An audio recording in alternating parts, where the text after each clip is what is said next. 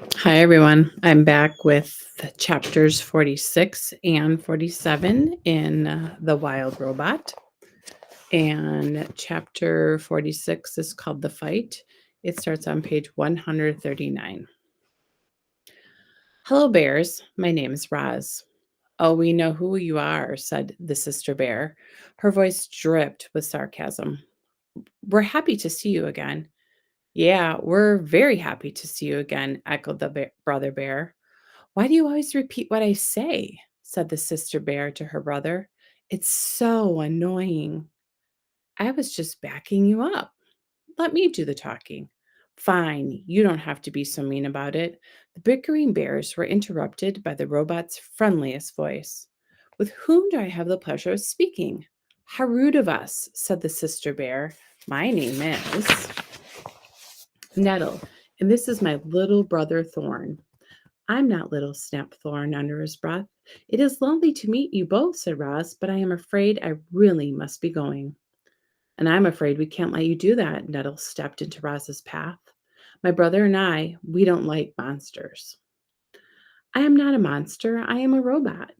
Whatever you are, we don't like you, said Thorn. We hear you've become very comfortable on our island, said Nettle. Now we're going to make you very uncomfortable. Yeah, we're going to make you very uncomfortable. Stop repeating me, Thorn. Poor Roz was in serious trouble. The bears were closing in on her, but she couldn't run. She couldn't hide and she couldn't fight. The robot didn't know what to do.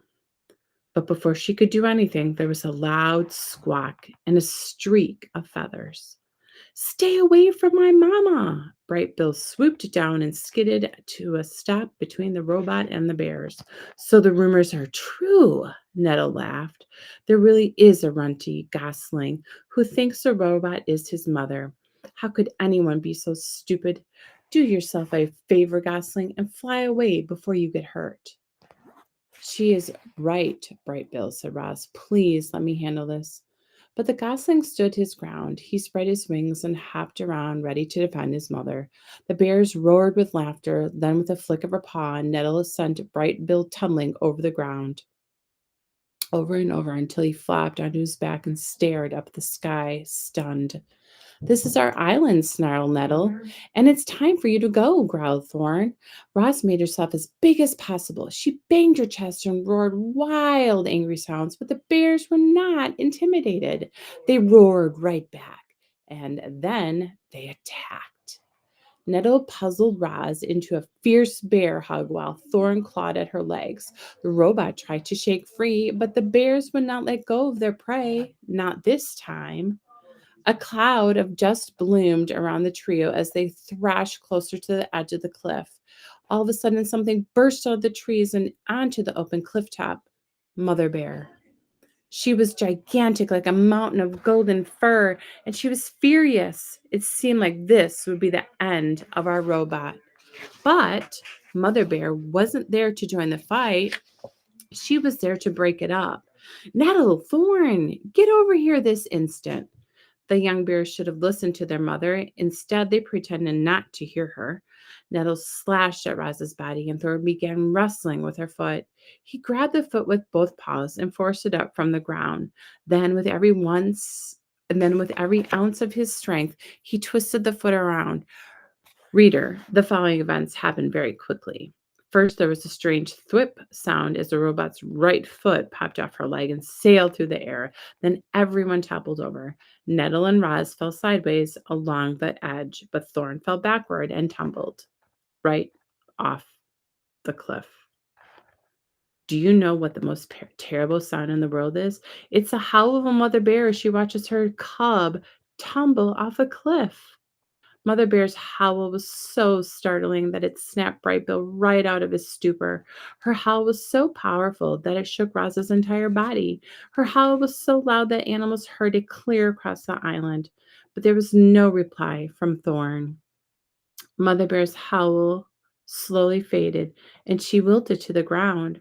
Roz watched as her detached foot sailed over the edge and plummeted down to the shore below. It fell past circling seagulls, smashed off a rock, and disappeared into the waves.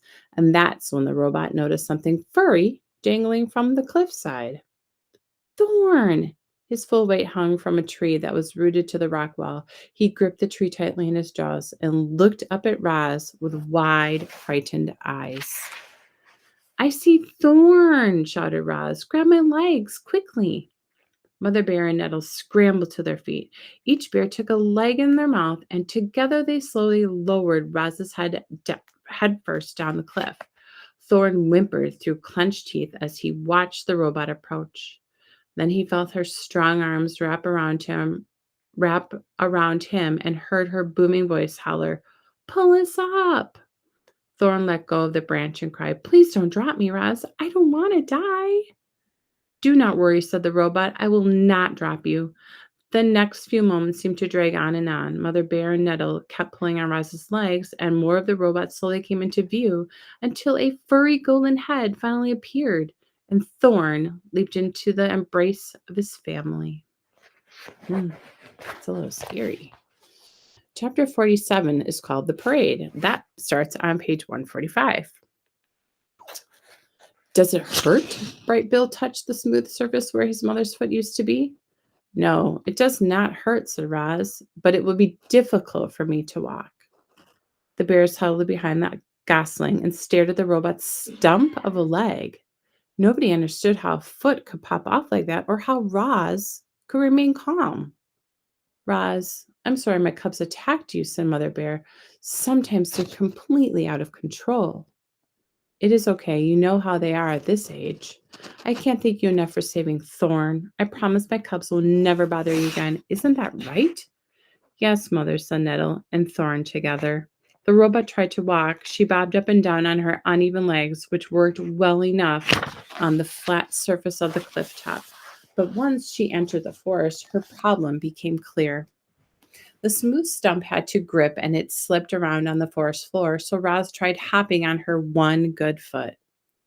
She took a few crunching hops and then clanged it into a tree trunk. A few more hops and she crashed into the undergrowth. I'm really sorry I broke off your foot, said Thorn as he helped the robot up from the weeds. I forgive you, said Roz. Whether she was capable of true forgiveness is anybody's guess, but they were nice words, and Thorn felt better when he heard them. It looks like I will have to crawl home, said Roz. Nonsense, said Mother Bear. I have a better idea. Mother Bear lay flat on the ground while her cubs boosted Roz onto her back. Then Bright Bill fluttered onto Bear's broad shoulders, and when they were both safely abroad, the group set off through the forest. The robot was heavy, but she was no trouble for the giant animal. Mother Bear strolled along as if it were perfectly normal for a robot to be riding on her back. They made quite a grand procession, all walking together like that, and the procession became even grander as the deer and raccoons and birds and all kinds of other animals joined in. Everyone wanted to see the mother robot riding the mother bear. The group wound its way past ancient trees and over rolling meadows and through babbling streams, collecting more and more curious animals as they went. It was the grandest parade of wildlife anyone had ever seen, and leading the way was our robot, Roz. But the parade couldn't last forever, and the sun went down. The other animals began drifting away one by one. And when the parade finally arrived at the nest, only the original members remained. Here we are, said Mother Bear, helping Roz down into the garden. Now, wasn't that better than crawling all the way home? Oh, yes, that was wonderful, said Roz. I cannot imagine a better ending to this day. Thank you very much. Yeah, that was amazing, squeaked the gosling. My friends won't believe me when I tell them I rode across the island on the back of a bear. I'm glad you enjoyed yourselves, Mother Bear smiled. It's the least I could do after all the trouble these two caused. Her smile became a frown, and she glared at her cubs, who suddenly took great interest in a pebble on the ground. It was late and it had been a long, difficult day for everyone, so the bears said goodbye and headed back to their cave. Bright Bill and Roz stood in the garden and watched their new friends lumber away. And then the gosling said, Mama, do you think you'll ever walk again? I am not sure, said the robot, but I know who to ask for help. Now, go get ready for bed.